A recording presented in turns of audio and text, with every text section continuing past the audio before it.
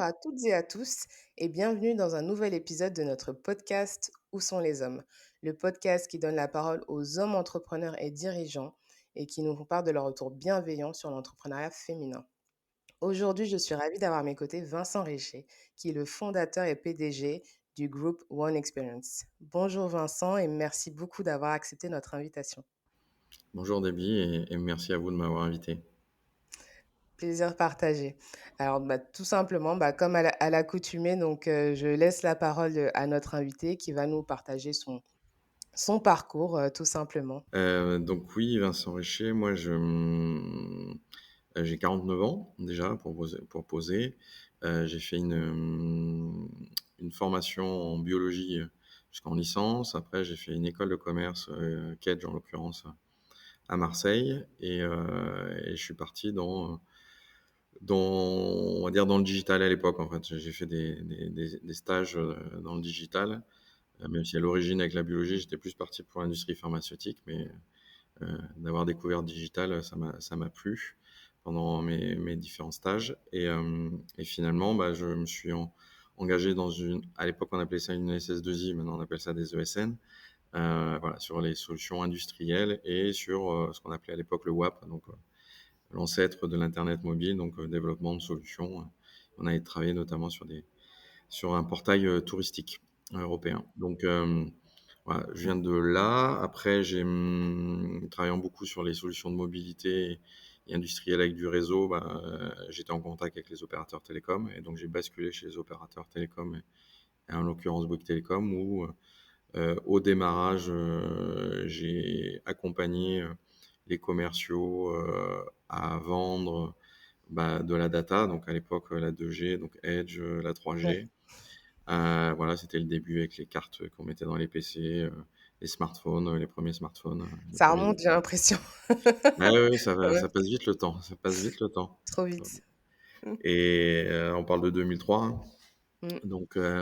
Donc voilà, après derrière, comme ça s'est intégré de plus en plus et qu'on a intégré aussi le fixe chez Bouygues Telecom qu'il n'y avait pas au démarrage, Mmh. pour les entreprises, et je suis devenu responsable on va dire d'un secteur géographique avec des distributeurs et de la vente directe dans le sud-est, du côté d'Aix. Et donc voilà, donc j'ai accompagné les entreprises. Et puis en 2010, au bout de 7-8 ans chez Bouygues, j'ai voulu découvrir un peu plus, être autonome Mmh. et ne pas vendre que des produits qui n'étaient pas forcément correspondant à 100% tout le temps aux clients, parce que évidemment les offres peuvent pas être 360 tout le temps chez tous les opérateurs. Et donc voilà, donc j'ai lancé un distributeur avec multimarques opérateurs pour pouvoir proposer des solutions autant télécom que informatique, voilà, OK. avec des couplages. Donc c'est un peu voilà mon parcours, le début de la création d'entreprise. Moi, j'ai créé l'entreprise quasiment au lancement de Free Mobile, donc qui a cassé les D'accord. prix. Et donc, il a fallu trouver rapidement des solutions complémentaires pour pas perdre trop de valeur, hein, parce que en gros, les forfaits mobiles, ils étaient passés de 100 euros à 25 euros. Donc, évidemment, les rémunérations, elles avaient diminué d'autant. Ouais. Donc voilà, donc il fallait trouver de la valeur. Donc, je me suis associé à quelqu'un qui faisait ce qu'on appelle du standard téléphonique. En réalité, le terme technique, c'est IPBX, du standard téléphonique IP, pour faire du couplage informatique télécom, notamment quand on appelle, de lever une fiche, on sait la personne qui arrive et on est. Voilà. Donc ça, j'ai fait ça pendant quasiment 5 ans. OK. Développer, même monter un opérateur avec un data center, enfin voilà, dédié aux entreprises. Et puis quand ça a commencé à bien fonctionner, c'est là où c'est plus compliqué quand on est associé. C'est pire qu'un mariage, on va dire. C'est plus dur on fait des concessions, mais on a moins moyen de se réconforter, on va dire ça comme ça. Ouais. Donc lui étant plutôt ingénieur, moi plutôt commercial, on n'avait pas les mêmes objectifs. On avait pris un positionnement, on va dire, d'une offre à très forte valeur ajoutée, mais en termes de tarifs plutôt bien positionné. Et Mmh. donc évidemment, il fallait faire du volume. Et lui avait plutôt l'habitude de faire on va dire du quali, donc moins de quanti. Mais bon, l'offre ne correspondait pas à ses objectifs et donc on pouvait pas être raccro et d'accord. Il fallait plus investir, donc voilà, donc on s'est séparés. Pas forcément très bien, mais les séparations en tant qu'associé, ça se passe pas toujours très très très bien. Ouais, c'est pas et évident. voilà, donc je me suis posé une question et puis très rapidement, on est venu me chercher pour aider, la French Tech, sur Aix-Marseille à lancer, des événements. Moi, en parallèle de mon entrepreneuriat, j'étais engagé dans le groupement des entreprises du Pays d'Aix, qui est un réseau d'entrepreneurs où j'étais Ouais. vice-président et je m'occupais de l'événementiel notamment et de la com. Et donc on est venu me chercher en me disant: «Aide-nous à faire à la French Tech, aide-nous à faire des événements». Donc on a accompagné. Moi, j'étais aussi concentré sur le digital et accompagner les entreprises à se digitaliser, donc à l'époque surtout des sites web et des applications. Mmh. Et puis, la French Tech a réfléchi à centraliser un peu parce que Aix-Marseille, c'est particulier, c'est un peu comme Lyon-Saint-Étienne, c'est 2 villes, même si à Lyon-Saint-Étienne, beaucoup se passe de choses à Lyon, Aix-Marseille aussi, mais au niveau entrepreneurial, il y a quand même beaucoup de choses qui se passaient à Aix. Donc en fait, il y avait un dispatching des activités, donc moins de visibilité. Et OK. donc l'objectif, c'était de centraliser sur un lieu. Donc en fait, la French Tech m'a demandé de les accompagner, adapter le lieu, au digital et à l'événementiel, vu que je faisais les 2, mais juste à les accompagner pendant 16 mois, ce que j'ai fait. Et puis au bout de 16 mois, en fait, ils trouvaient pas de gestionnaire de lieu. Et en fait, ils m'ont demandé est-ce que je voulais, voilà, reprendre le lieu, de ce que j'ai fait. Et c'était pas du tout prévu. Voilà, donc on a repris la Coque, qui est le lieu, un des lieux emblématiques, de la transformation digitale à Marseille. Et donc ça, c'était en 2017. Voilà, et D'accord. de 2016 à 2017, j'ai accompagné, la French Tech à adapter le lieu. C'était une coque de béton vide, il fallait l'adapter, sur ses fonctionnalités. Voilà, donc j'en suis arrivé à, voilà, à être à la tête d'un lieu d'innovation et de sensibilisation aux usages numériques en 2017, qui a évolué au fur et à mesure du temps parce que bah, on a très vite parlé en 2019-2020 de transition environnementale, Mmh. transition aussi humaine et inclusive, on va dire, au retour du Covid. On a dû passer à travers le Covid et notamment mettre en place beaucoup de solutions vidéo pour compenser les pertes, on va dire, de non-événements présentiels. Voilà, donc en gros, aujourd'hui, on va dire qu'en dehors de la Coque à Marseille, on gère un autre lieu à Aix, le Carrefour de l'Innovation, et on va gérer un nouveau lieu, le campus à Marseille, à côté de la gare Saint-Charles. Voilà, donc c'est des lieux d'innovation centrés sur les trois transitions, hein, digital, environnementale et managériale, parce qu'elles sont intimement liées. Mmh. Évidemment, aujourd'hui, on parle beaucoup d'IA parce que c'est à la mode et parce que c'est le gros changement. Mais c'est vrai qu'au contraire du digital qu'on parlait en 2017-2019, plutôt web application, là, et IoT, là, on tient vraiment compte globalement de trois transitions quand on parle d'IA, parce qu'on ne peut pas mettre en place de l'IA sans tenir compte de l'humain et de l'environnement, parce que c'est warning direct partout, ce qui est normal, hein. C'est savoir être efficient aussi dans son utilisation.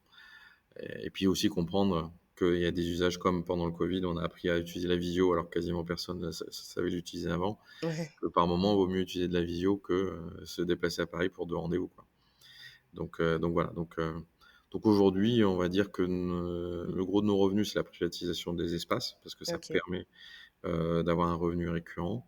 Par contre, pendant ces privatisations, bah, on a des objets, enfin, des outils techniques, des outils de créativité ou d'interactivité, et puis des contenus aussi, type team building, intervenants, conférences, table ronde, voilà, qui permettent aussi de créer de la valeur pendant ces événements et pas être juste de l'événement purement événementiel. Et à côté, nous, on crée différents formats de conférences, de salons, d'ateliers, de formations et de contenus digitaux ou autres sur les sujets de transition digitale, environnementale et managériale.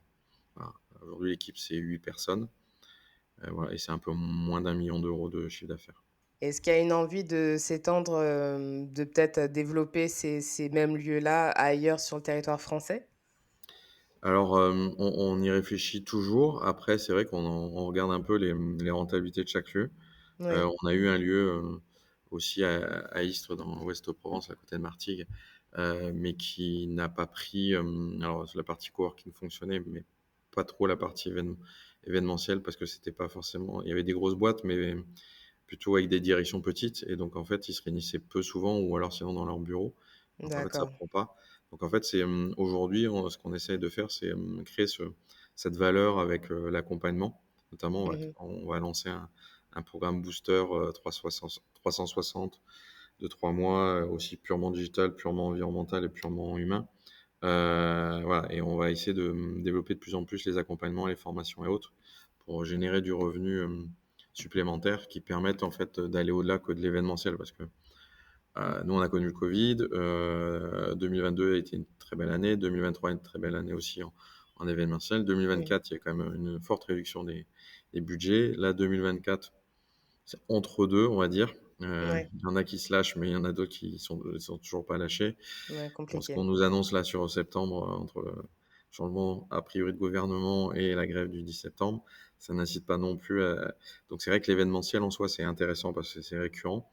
Par Mmh. contre, il y a des marges qui font que ça staff assez souvent. Donc en fait, on va utiliser cette partie contenu, accompagnement, pour aller aussi créer du revenu plus récurrent, aussi de cette partie-là, pour avoir un peu plus de marge. Et à partir du moment où on aura vu un peu ce qui fonctionne pas, voilà, on regardera d'autres territoires et voir par rapport à ce qui existe sur ces territoires-là, voir est-ce qu'on peut apporter une pierre, parce que nous, notre rôle est très complémentaire, hein. Les formateurs, c'est les experts locaux, les entreprises d'expertise.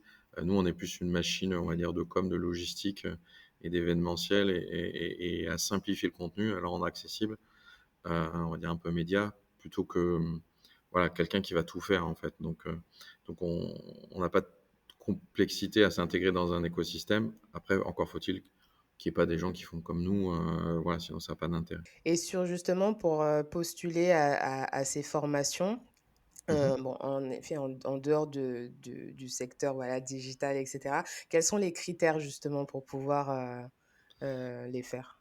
Alors, nous, aujourd'hui, on vise pas les formations type formation Excel ou autre. L'objectif, c'est pas d'être concurrent des organismes de formation, mais on se rend compte que les organismes de formation, en tout cas plus en région qu'à Paris, parce qu'à Paris, il y a peut-être plus de volume, ils sont quand même sur des sujets plutôt, on va dire, pas très innovants ou pas trop de transition.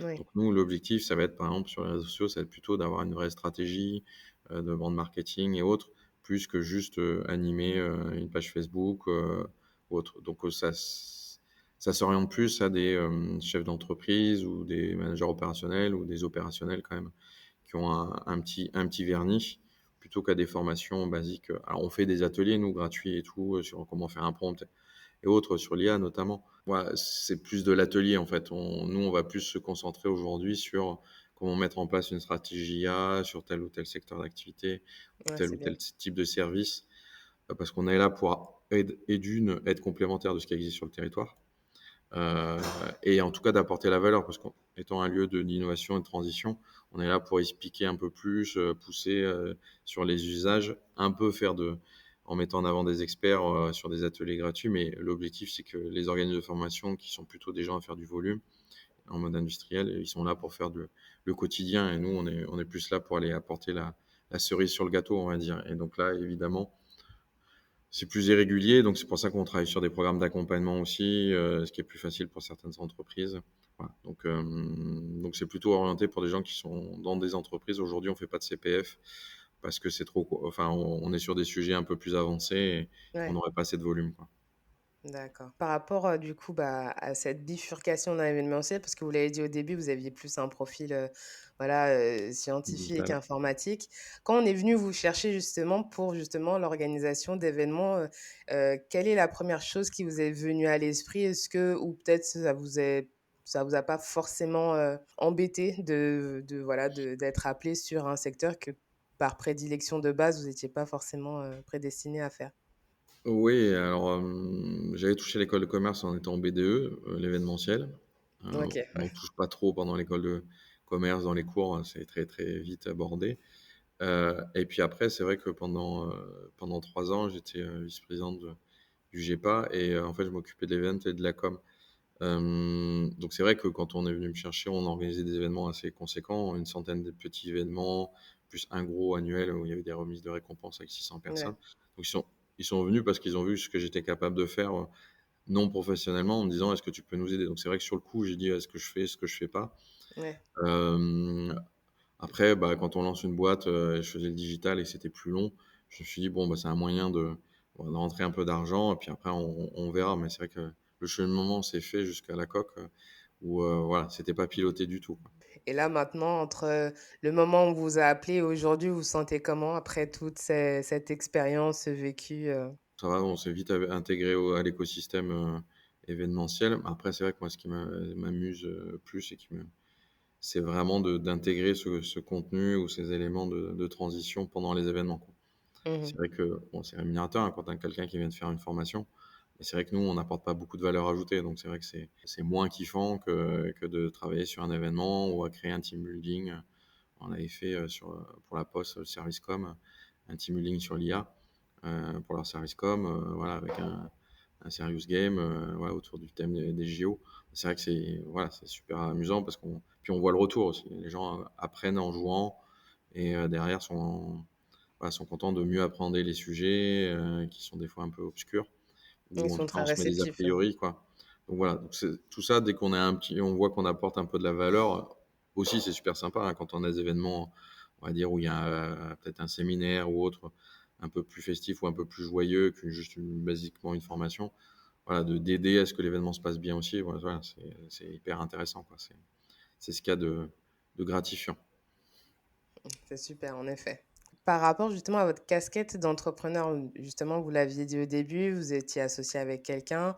Bon, certes, voilà, c'était une expérience, bon, ça s'est mal passé. Qu'est-ce qui vous a donné envie de continuer, de rester entrepreneur, en fait? Qu'est-ce qui vous anime? Qui m'anime, c'est vrai qu'au début, quand je suis parti chez Bouygues, c'est plus parce que je trouvais pas de poste, enfin si j'en trouvais, mais à Orléans, à Strasbourg ou à Metz, et dans des agences petites. Et ma femme étant journaliste, je pouvais pas trop me permettre de partir dans des secteurs où il y avait pas trop de journaux.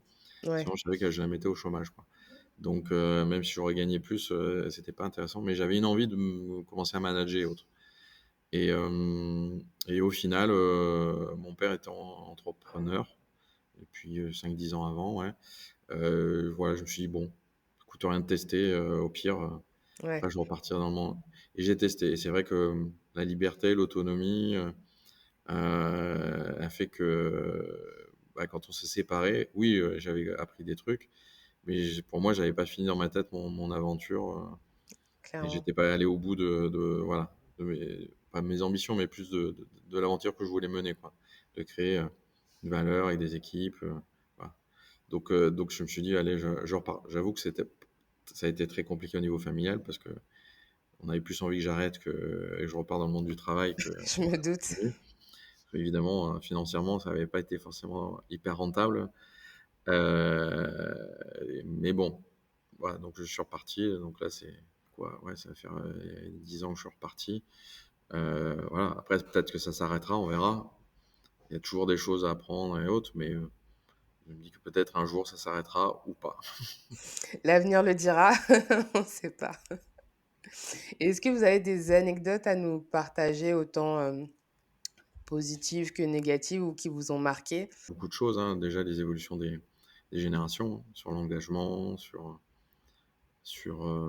sur la façon ouais, de gérer le travail et la vie perso. Ouais. Après aussi, bah, avec l'arrivée de l'IA, puis le développement des écoles, avec l'apprentissage, on voit quand même qu'il y a on va dire de la production volumique aussi. Le Covid a aussi été une période particulièrement compliquée, hein, clairement. Nous, on nous a dit en mars, faut fermer, et genre 2 jours après, on a fermé, quoi. Et on n'avait plus de revenus, on avait un loyer qui tombait, et on n'a pu ouvrir qu'au mois de juin, quoi. Donc, c'était quand même hyper stressant. On a fait travailler les équipes parce que je me suis dit, si je les fais pas travailler, je les mets tout en chômage partiel. On savait pas combien de temps ça allait durer. Je vais récupérer personne parce que tout le monde sera au fond du trou. Donc au moins, ça occupait un peu Bien le temps. sûr. Donc ouais, l'effet Covid a été particulier. Après, il y a plein de moments sympas, voilà, de gestion d'équipe et tout. Moi, c'est vrai que je venais du monde de l'informatique et des télécoms, donc j'avais plutôt des équipes de mecs. Et là, j'ai beaucoup de femmes, donc c'est différent. Management complètement différent. Donc j'ai appris plus je suis dans l'événementiel, à manager autrement, à expliquer plus les choses, on a besoin de savoir plus comprendre pourquoi on va là et autres. Mmh. Donc clairement, puis la rencontre de plein d'univers différents, parce que nous, on passe vraiment d'univers de gens très dans l'environnement, dans l'énergie, dans le digital, dans le social. Voilà, plein de bons moments de découverte. On a accompagné pas mal d'étudiants aussi, qui sont venus faire des choses chez nous, apprendre des choses, des salons. Voilà, donc plein de bons moments. Des moments compliqués aussi, mais bon, l'événementiel, c'est fait de moments aussi rudes, et puis de savoir anticiper les choses au maximum, de faire évoluer nos process pour anticiper les potentiels problèmes. C'est des fois fatigant, et en même temps, c'est sympa aussi parce qu'on a des nouvelles têtes et autres. Mais c'est vrai que c'est voilà, c'est on n'a jamais l'impression d'avoir fini. Ça dure 3 mois, 4 mois et après, voilà, il y a une nouvelle chose et donc il faut s'adapter. Voilà. Mais bon, c'est en même temps, ça évite de s'endormir. Ah bah, clairement. Issue du secteur de l'événementiel, je sais ce que c'est aussi, donc c'est voilà, c'est littéralement les montagnes russes. Donc il y a les montagnes russes de l'événementiel, plus les montagnes russes de l'entrepreneuriat qui s'ajoutent, donc c'est clairement, on n'a pas le temps de s'ennuyer. C'est ça. Par rapport à l'entrepreneuriat, quelle est votre vision de selon vous, de l'entrepreneuriat féminin? C'est un sujet sans être un sujet. C'est-à-dire que pour moi, étant d'une plus jeune génération, déjà même pour on va dire l'employabilité féminine et les emplois féminins, les salaires féminins, j'ai du mal à comprendre ce qui existe encore, hein, parce que malheureusement, il y a des corrections, mais pour l'instant, il n'y a pas de enfin, il y a pas d'égalité véritable, on va dire. Mmh. Et sur l'entrepreneuriat féminin, pour avoir été dans une structure comme le GEPA autour voilà, de l'entrepreneuriat et autres, où quand on faisait un concours, j'organisais un concours de chef d'entreprise, il fallait chercher les femmes parce qu'elles se sentaient jamais assez légitimes et autres. Il y a un souci des fois de confiance, de légitimité, même si ça change, hein. On voit qu'il y a des femmes de plus en plus qui ont compris. On voit aussi dans les structures, hein, opérationnelles, associatives. Alors sur le MEDEF, c'est un peu plus compliqué, la CPME, mais sur les associations autres, opérationnelles et autres, on voit que les femmes sont de plus en plus présentes, de plus en plus présidentes. Nous, on a une présidente, Stéphanie Ragu, du cluster numérique Medinsoft. Voilà, bon, le numérique, c'est quand même, il y a 28% de femmes dans le numérique, donc elle a une ESN de 100 personnes. Donc voilà, on voit que ça bouge, mais ça devrait pas être un sujet. Mais par contre, c'est vrai qu'il faut accompagner, je pense, largement les femmes. Alors, il y a eu beaucoup de choses dans les réseaux féminins d'entrepreneurs. Il y en a eu beaucoup, beaucoup. Ça s'est réduit, et heureusement, parce que finalement, nous, on en avait quasiment une dizaine sur Aix-Marseille, mais c'était quasiment les mêmes femmes qui étaient dans les 10. Donc, en fait, au bout d'un moment, ça n'a aucun intérêt. Et puis, il faut pas trop non plus enfin, rester dans son coin non plus. C'est important de se serrer les coudes et autres, d'avoir la confiance. Mais après, ça se passe dans les réseaux où il y avait à l'origine beaucoup plus d'hommes.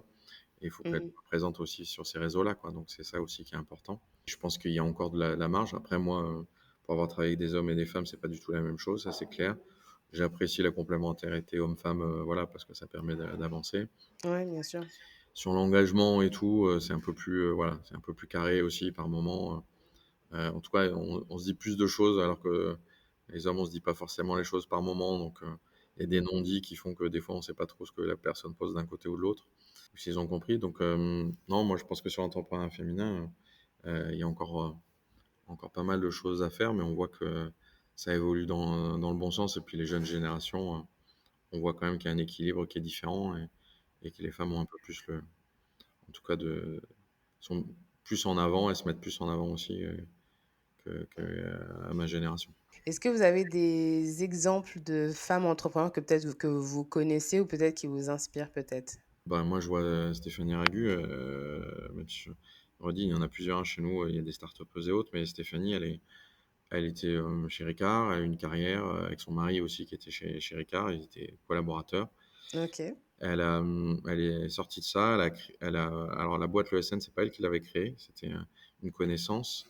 Mmh. Elle est rentrée dans la boîte en tant qu'associée, et son associé est décédé de manière, non, on va dire, voilà, c'était pas prévu. Donc Mince, elle ouais. a racheté les parts, elle a accompagné la famille.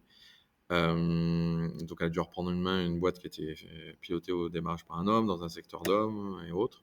Ah ouais. C'était hyper compliqué. Les ESN en plus, on a affaire des DSI qui ont des a priori aussi sur, enfin voilà, plutôt Elle en a bavé, quoi. les féminins. Voilà, elle a pas mal bavé. Et à côté, son mari aussi a créé une boîte plus dans le tourisme, voyage, et notamment des road trips en moto et autres.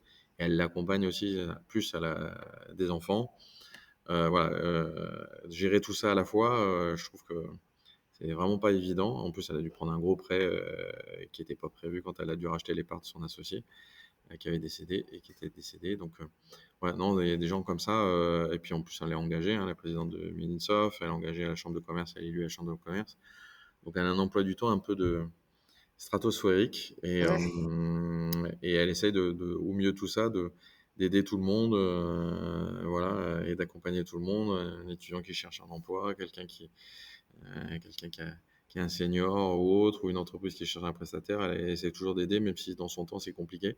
Mmh. Donc voilà, des gens comme ça voilà, qui comptent pas leur temps et qui sont toujours engagés, et qui ont autant de responsabilités, c'est voilà, c'est toujours impressionnant. Et est-ce qu'elle a pu vous partager peut-être, vu que vous la connaissez assez bien, son mindset à travers parce qu'avec tout ce que vous m'avez partagé, enfin, faut déjà, il y a le challenge entrepreneurial, mais du coup, il y a tous ces obstacles à Mmh. faire face et puis, il y a elle, mais il y en a certainement plein d'autres. Donc du coup, comme elle a réussi à tenir et au lieu de se dire: «Bah, je suis fatiguée, je lâche tout». On va dire c'est un soldat. Elle est toujours à fond, Clairement. mais bon, elle a eu des hauts et des bas, hein, donc des moments plus compliqués que d'autres, mais toujours vouloir avancer, quoi. Après, je pense que, enfin, quand on touche, l'entrepreneuriat, il y a des personnes qui lâchent au bout d'un moment parce qu'en fait, ils sont pas faits pour ça. Oui, aussi. C'est vrai que la grande différence, c'est quand même, quand on rentre à la maison, on pense toujours à l'entreprise, alors que quand on est salarié, même manager, on dire on pas qu'on n'y pense pas forcément, mais voilà, on fait pas forcément des cauchemars réguliers. Enfin, on n'a pas 36 éléments, et puis surtout, c'est que quand on est entrepreneur, on est censé tout savoir, en tout cas, tout maîtriser, et quand on le maîtrise pas, essayer de se faire accompagner, ou en tout cas résoudre des problèmes qu'on n'a pas l'habitude. Tout Et à c'est fait. vrai que si on saute moralement à chaque fois, c'est sûr qu'au bout d'un moment, on n'y arrive pas. Donc c'est vrai qu'il y a une capacité à encaisser, les échecs et les difficultés, et essayer de positiver pour avancer, et surtout faire avancer les équipes, hein, parce que bon, il y a des choses qu'on dit pas non plus aux équipes, un peu comme en famille, on dit pas tout, voilà, parce que si on disait tout, ça serait compliqué de gérer toutes ces pressions. Et c'est Mmh. vrai que ça veut dire que, quand on n'a pas d'associés, on les gère soi-même, et voilà, c'est pas toujours évident non plus de l'expliquer, à des amis, ou à sa compagne ou à son compagnon, quand, la personne n'est pas non plus entrepreneur. Voilà, donc c'est vrai qu'il y a aussi de la solitude, en tant qu'entrepreneur sur certains sujets et items, Exact. et tout le monde n'est pas capable ouais, de le maîtriser, c'est bien un grand mot, mais en tout cas de survivre à tout ça.